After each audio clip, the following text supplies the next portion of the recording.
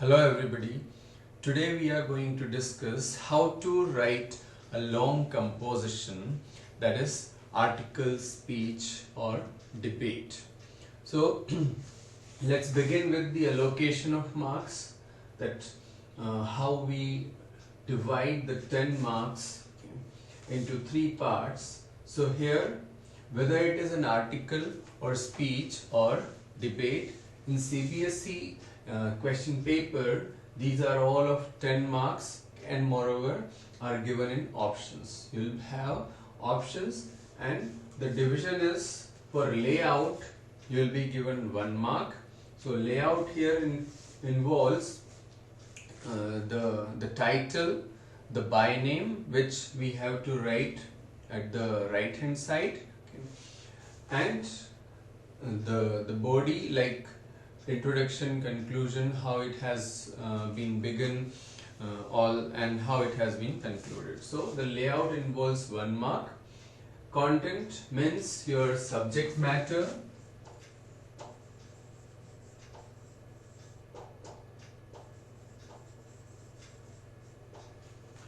So subject matter means the answer of why, when, where, how, all these things you write in your article. That forms the facts and figures that you include, that forms your content, your subject matter. And expression is quite important here. Expression involves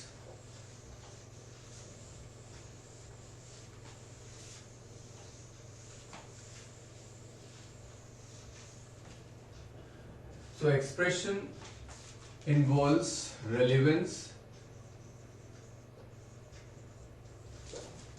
coherence,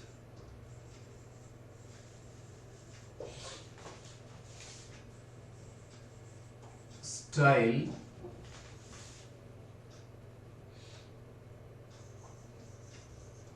fluency,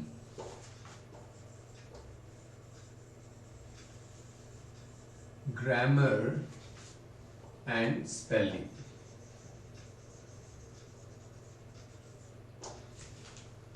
So your 5 marks depend on these things. Now, what is relevance? Relevance means whatever you write should be related to the question given. It means there should be nothing irrelevant or illogical, irrational. Whatever you write in response or in answer to that question, that must be properly related to the topic. That is relevance. And it is important because what happens that in long compositions, generally students, as they are not in habit of writing long compositions, they leave such practices after 10th class. Mostly the students say opt for science and commerce and they don't practice such kind of things.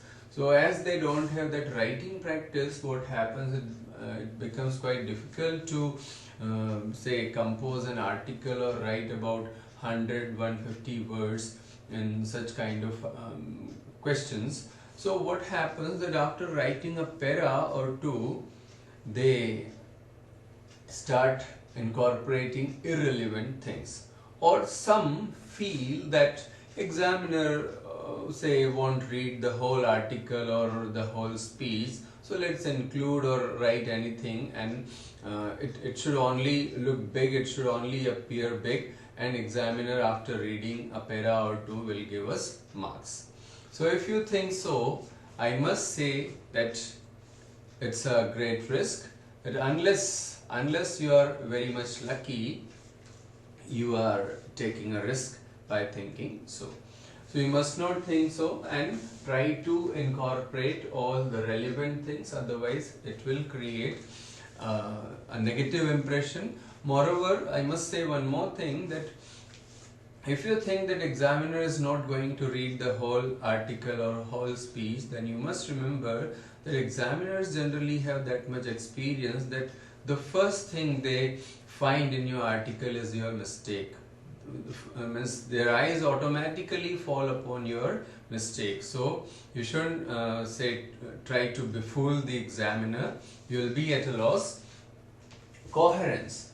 Coherence means whatever you write should have a proper beginning, mid and ending or conclusion. Now of course you may say that whatever we write definitely have a beginning or mid or end, but what I mean here is that generally it happens that while writing a long composition you forget certain thing if you haven't planned, if you are in a hurry, if you don't have time.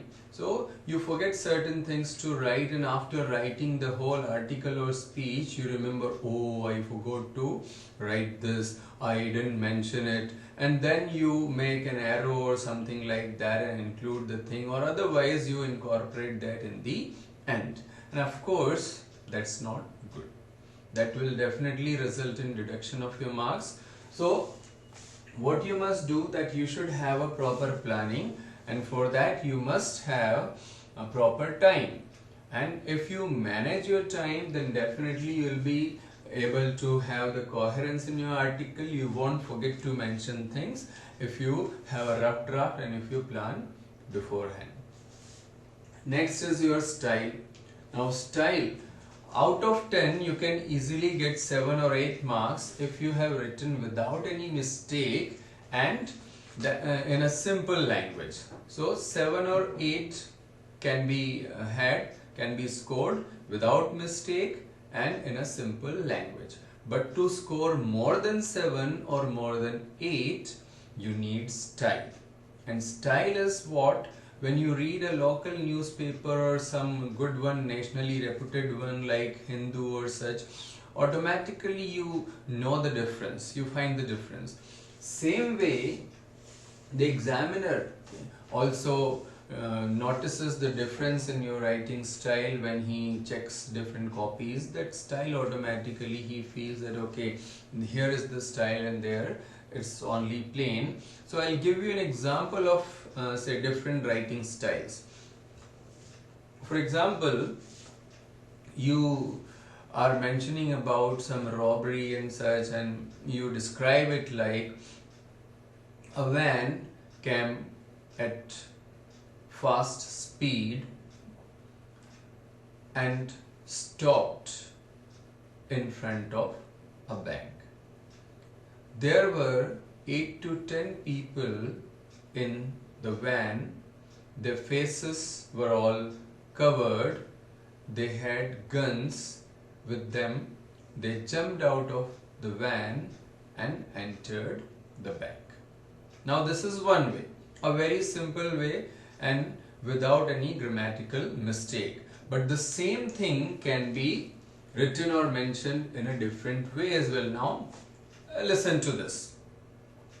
Tearing the silence of the atmosphere, a van came at a rapid pace and came to a screeching halt just in front of a bank. And some 8 to 10 people who were all masked and laced with guns jumped out of the van and dashed into the bank. Now the same thing here I have expressed in a totally different way. So this is the difference. Okay. This is style, which helps you to score more than 8 marks. Of course 9 and 10 marks. So you must also try to incorporate the style in your writing, and it is only possible if you have practiced earlier. If you have tried it, if you have done some examples and then tried writing on them, only then you can do this or you will be able to this. Moreover, you must have time there in exam as well. If you try to write such an article in 3 or 4 minutes, you won't be able to write. Now, here comes fluency. Fluency means, say, the way you relate it to the topic, and that too with accuracy, perfection, okay, logic, all that makes or creates your fluency. For example, say if a South Indian or a Bengali or somebody like that comes and talks to you in Hindi, or simply anybody who talks to you in a language who is not, say, who is not natural or the first speaker of that particular language. In that case, the moment he opens his mouth, you will come to know that he is not the natural speaker of that language. Same way, when examiner opens your answer sheet, when he turns over the pages, automatically he comes to know that he has taken his pen to write this article or long compositions in exam only. Means he has not, or the student has not practiced. The examiner at once comes to know that. So it means unless you practice, unless you think over the variety of styles, unless you think how to arrange the sentences, how to arrange the thoughts, how to give that flow of thought, you won't be able to have the fluency in your writing. And next, grammar and spelling. So for 2 grammatical mistakes, half mark can be deducted as per CBSE rules. So you must know this thing as well, that you must avoid the grammatical mistakes, spelling mistakes as well, because marks can be deducted for these kinds of mistakes too. Now comes the format.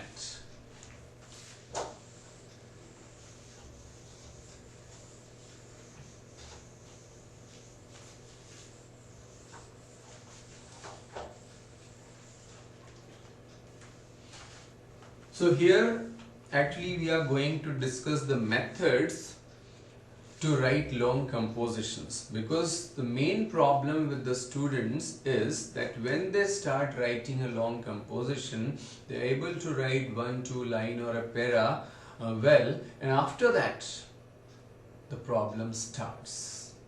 The pen stops and they put on the cap as well after a minute or two. So that cape on the pen, the cape on their mind as well. Now here we are discussing the ways how to remove that cape and have a flow of thoughts in your mind. So there are some methods. So first let's discuss the format and then we'll discuss those methods as well.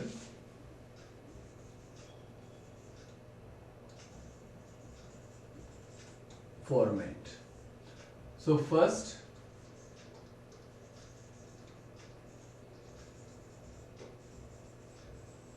it is introduction, then of course the body, and then the conclusion. So of course, you know well, a very simple format, a very simple thing. First it should be introduction, then the body, and then the conclusion. And when you, moreover, there is one more thing. After the title, here in the beginning, first you will give a title. Now say you have given a title here. So after the title, you will write a byline, and that is by and the name of the writer. This should be given in an article. This is the way we begin. Now,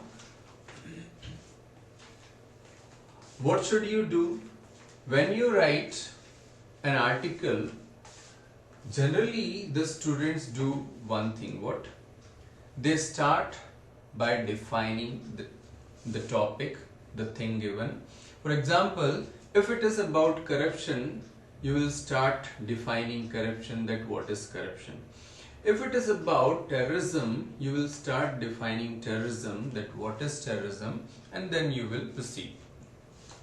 So this is, say, the most common method which normally 90 to 95% use in writing their articles. And of course can be used, you can also use, but when I said 90 to 95% students do this thing, then of course we may think of some different pattern as well, because when examiner is going to find the same thing in almost all the copies, then where is the difference and why should you have an extra edge above the rest, above the others? Why should you have the why should you be the cut above the rest if you are writing or doing the same like the rest? So here what we can do then, we can begin with a quotation, we can begin with a metaphoric expression, we can begin with some poetic line. So this can be done. Now, of course, you will say that how to learn quotations for all the topics, because there are lots of topics, hundreds of topics. So it's not possible to learn quotations on all those topics. But I say no. There are, you don't have hundreds of topics or such.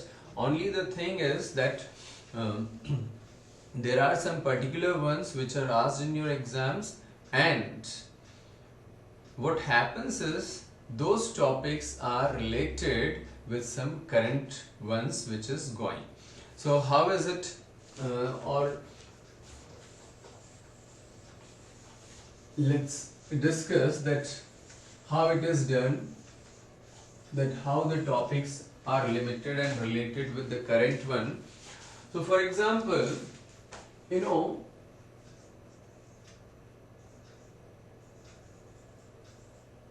it can be on science, and of course you have studied lots of articles and essays on science. Boon, Ban, all such things of course are there. So now if we relate it to the present scenario, the present scene, we can talk about the gadgets, the life without gadgets, the life without mobile phones whether useful or harmful.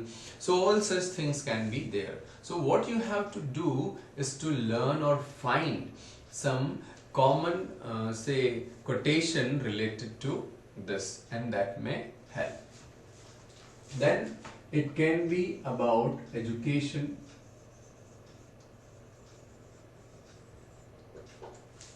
Now when we talk of education, there is child education, or say school education, there is higher education, there is women education or girl education, there is co-education.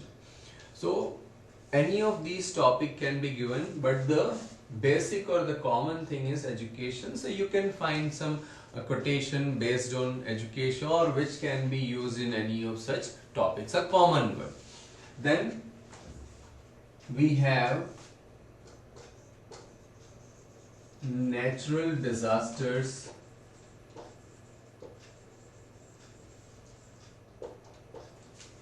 So you know about things happening all over the world like floods, earthquakes, volcanoes and cyclones. So such kind of things all happen quite often. Life is disturbed and disrupted by such happening. So there can be an essay like there was flood in Chennai, there was flood in say Jammu and Kashmir, so in many parts of the world as well.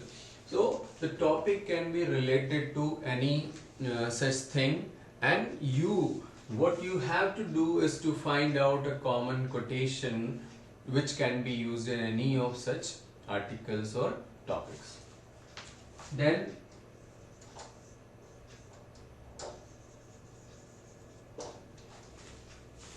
it can be on youth. Now it's a very common one and very important one. Okay. Youth can be related to anything.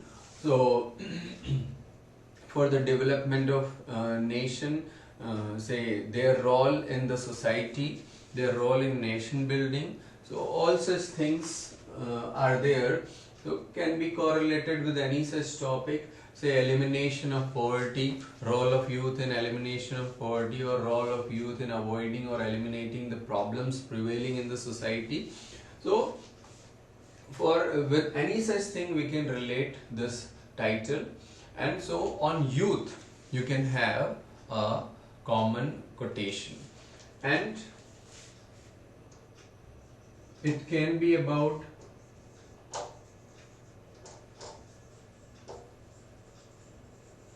democracy. Democracy is also a common topic, a common thing which you all know and have read and heard.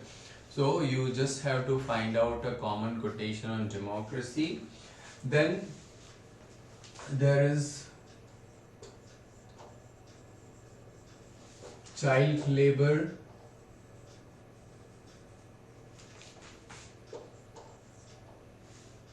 Then there is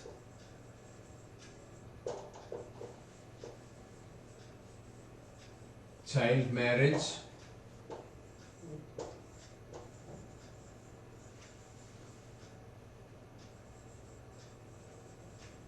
Dowry system.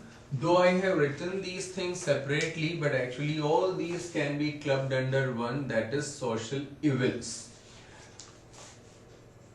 Right? Social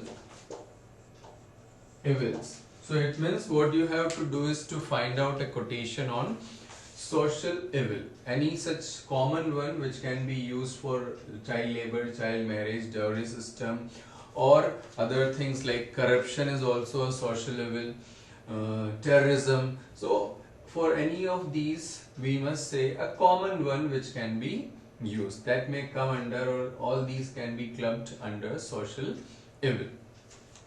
And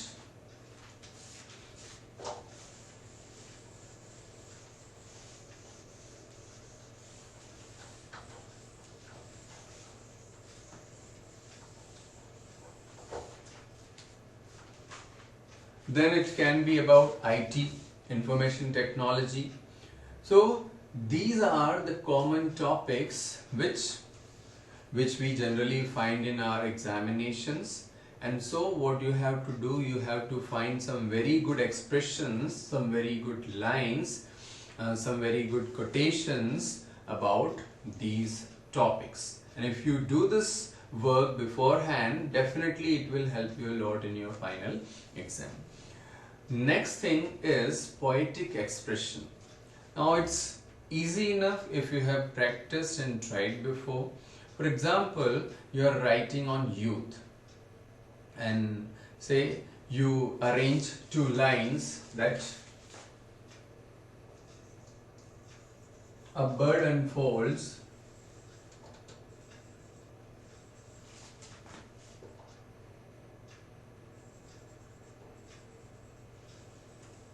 emanates fragrance. A bird unfolds emanates fragrance. Youth unfolds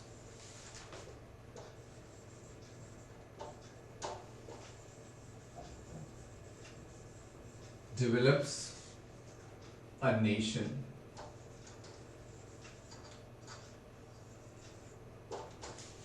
So simple, two lines can easily be arranged, but this can only be done if you have thought over this earlier. Now if you try this during exam, so in that pressure perhaps it won't be possible. So don't try any such thing just right at the time of exam, because in place of creating some good impression, it may even go wrong. So better you try it beforehand, and if you have done this earlier, then of course it may be easy to arrange lines or create some poetic expressions. Same way, suppose if you are writing on corruption, so you can arrange some lines like corruption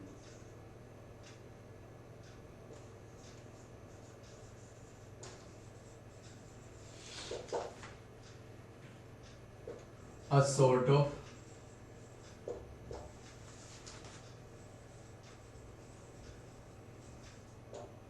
distortion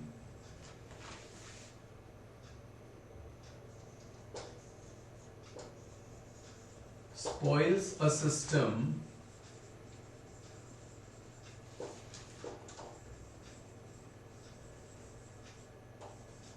disrupts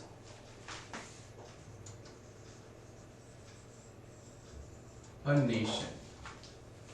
So, simple corruption, a sort of distortion, spoils a system, disrupts a nation. So quite simple, you have arranged two lines, or if even this is not possible, you try to give some different beginning to your article or speech. For example, say you are writing on tourism and you start it like, we have the Taj, we have the tiger, and we are the second most populous country of the world, but where we are in the sector of tourism. Will our position go on declining like this? So, this kind of beginning can also be given. So, it means, of course, if you give a different beginning, some good one, some poetic one, some quotation, some metaphorical expression, definitely that creates a very good impression upon the examiner, and you say just ensure that you will get very good marks. Okay. Now, so by beginning in this manner, you can proceed with facts and figures. So in the first para, I'll say you introduce the topic, and after introducing the topic, you must do one thing, use. There are some points to be used. So use what?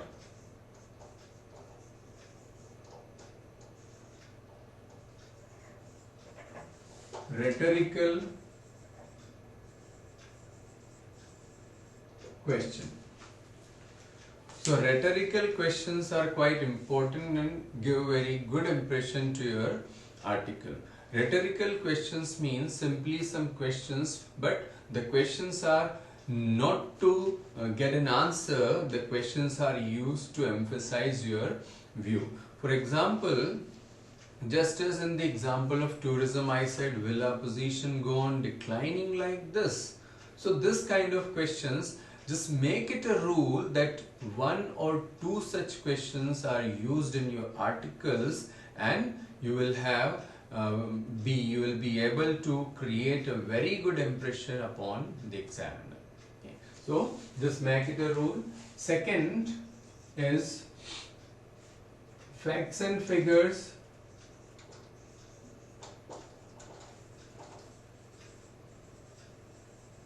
So facts and figures are quite important as well, because without facts and figures your article will be hollow, insubstantial. So to make it concrete, to make it substantial, we need facts and figures. And how will we have facts and figures? Of course, by reading. So you must read variety of articles and speeches, and you will be able to collect some information, you will be able to collect some data, and that information or data is to be used in your article as well. Now, for example, you are writing about corruption and you don't know what is 2G scam, you don't know what is CWG scam, you don't know what is fodder scam, who were involved in these scams, and what was actually the scam, and what say amount was embezzled in these scams. So if you don't know about these things, what will you write? That no, corruption is a bad thing, shouldn't be done, police arrests and locks up. So is that what you are going to write in such? Definitely this will make your article completely hollow and insubstantial. So try to collect some information. Then you must also write about the problem, that what is the problem, what is the cause,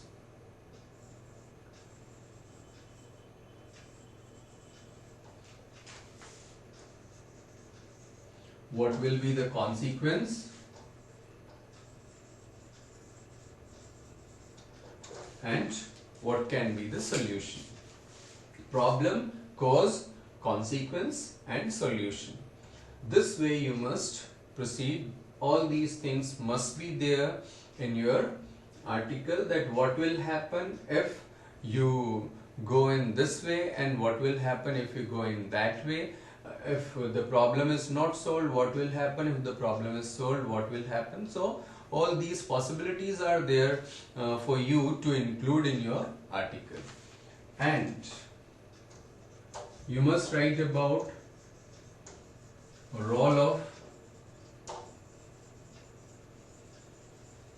individual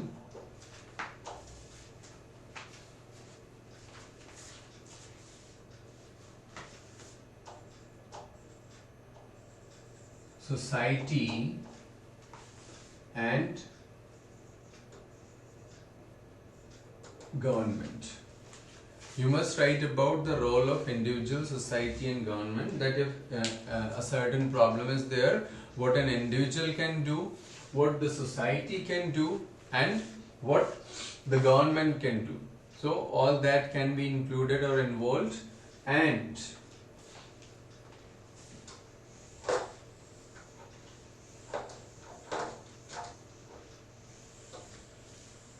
then you can also mention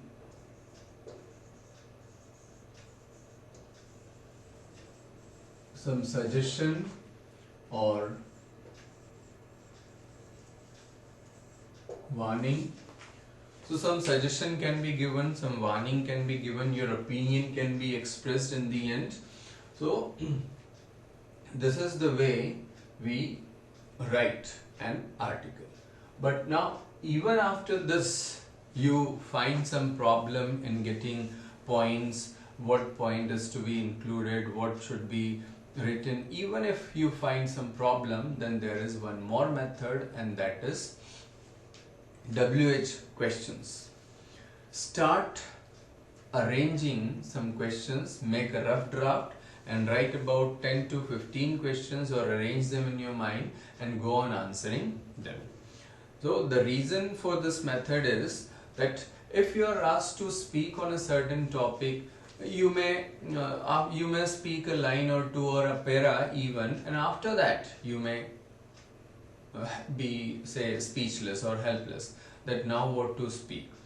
Because it generally happens that we find a blockage of thought when at once we have to speak or write about something. But if we are asked around some 10 to 15 questions, or if we are asked some questions on that same topic, what happens, we find ourselves able to answer those questions. So that is an easy way. For example, if you are writing about dowry system and you arrange some questions in a sequence like what is dowry system, was it there in the ancient times, how was it considered then, was it a part of society or culture, is it still prevalent, is it considered good or bad, are there any laws against it, how do people feel about it, does it support in the economy. So in that way, if you arrange some questions, it becomes very easy to go on answering, and your article is like it becomes a case of just few seconds and minutes, that you find it very easy to compose an article even of 200, 500 or 1000 words. That won't be a difficult task. Now, even if, say, there are problems and you feel that no, it's getting difficult, so there is one more method. There are some approaches. Now, one is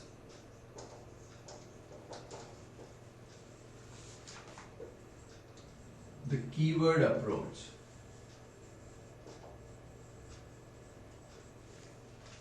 The other is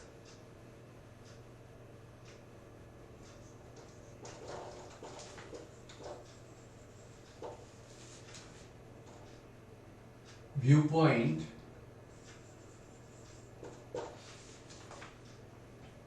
of the affected parties.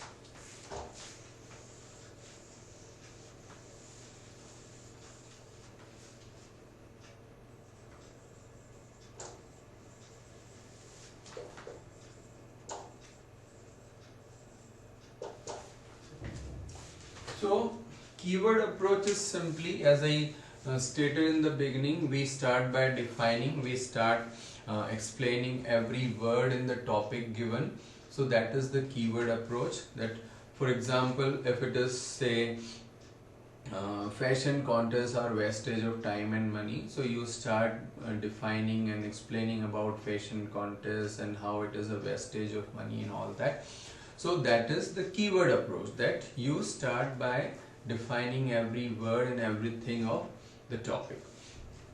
Next is viewpoint of the affected parties.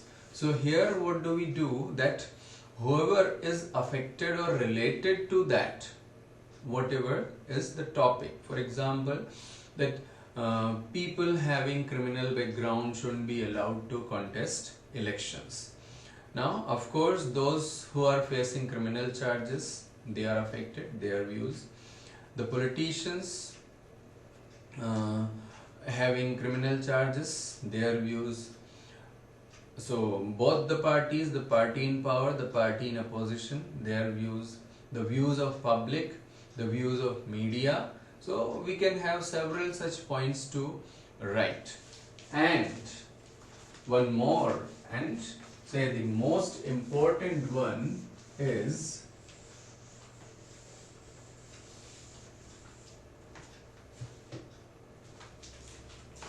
this.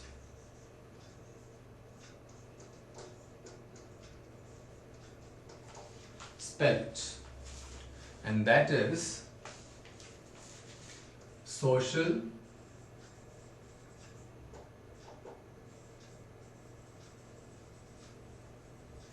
cultural,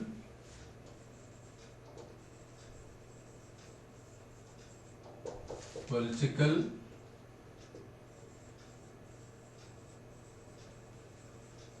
economic, legal, technical. So you can stretch a topic in all these dimensions. Try to correlate a topic with all these points. For example, you are writing about child labor, so the social aspect of child labor, cultural aspect of child labor, political aspect of child labor. So it can be like that, how it is a part of society, that becomes the social aspect, how it has been the part of culture, long since it has been there, cultural aspect, political, how people play politics on this, political aspect, economic, how it runs the economy of the family in the society, economic aspect, legal, there are laws against it, legal aspect, and technical, what is actually child labor, what can be termed as child labor. Can a child having a spade working in his own garden, can that be called a child labor? Of course no. So what is exactly child labor, that becomes technical. So you can correlate and stretch a topic in different dimensions. So you just need some time, just let ideas flow into your mind, and then you start writing with say beauty of language, and your article will be super. And if you follow these methods, I'm sure, I can assure you that you will never find short of, you will never feel yourself short of words, you will be never at loss of words. You will be able to write not just in 100, 200 or 500 words. Even if you are to write in 2000 words or so, you will be able to write. So this is the way you have to write an article. Now comes speech and debate. So almost the same thing is there.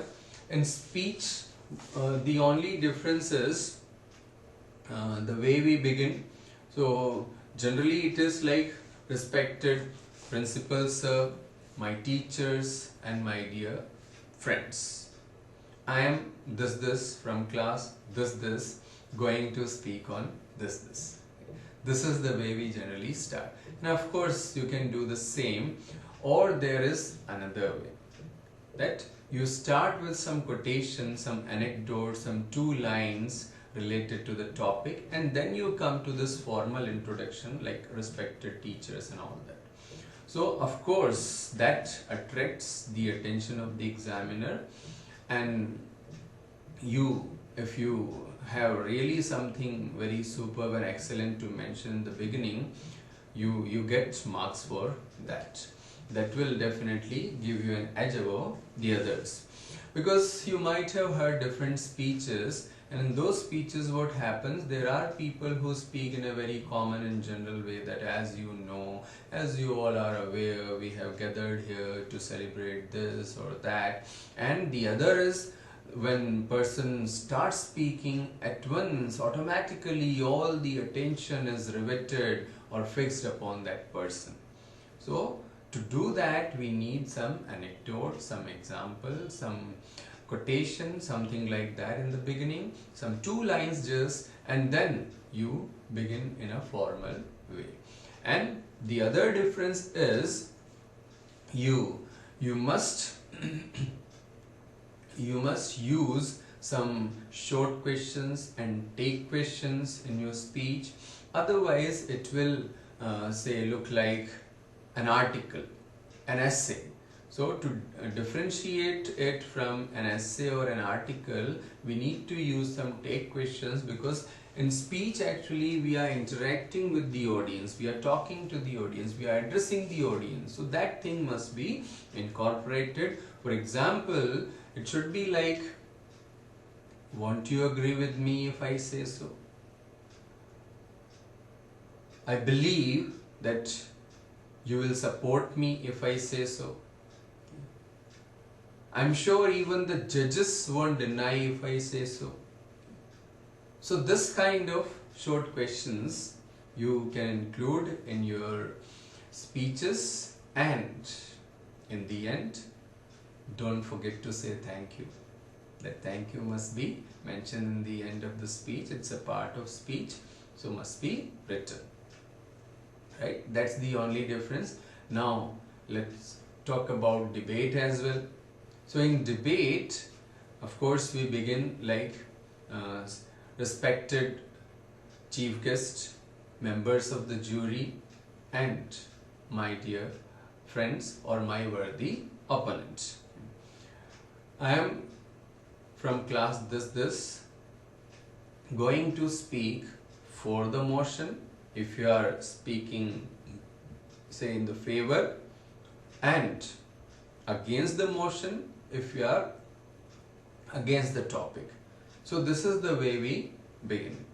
I'll repeat this. Either you have to write in favor or in against. You don't have to write both in favor or against, mind that, because in some books you may find written in both favor and against, but that is just to give you an idea. So don't think that you have to write both in favor and against. No, you will write either in favor or against the topic. So the way is respected chief guest, members of the jury, and my worthy opponent. I am from class this going to speak in the favor of the topic, and the topic must be mentioned. And right in the beginning you must stress what you are going to speak. You must stress your viewpoint. For example, I strongly support the topic, I strongly support this idea, or I strongly believe. Now for example, you are speaking on sports, that marks should be given to sports. So right in the beginning you will support it saying that I strongly believe that marks should be given to sports, and then you will start mentioning say facts and figures and statistics or all the data or information that you have on that topic. And after going through all that, in the end once again you will stress your point, that hence or therefore or on the basis of all these things we can say that sports must be given marks.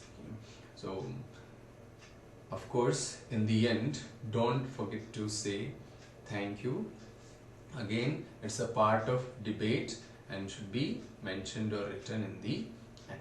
So that's the way we compose or we write a long composition, whether it is an article or speech or debate. Now, these points which we have discussed are quite important and you must remember along with your time management. So if you miss anything, definitely you may spoil your article or speech. So I hope this helps you a lot. Thank you very much for watching this video.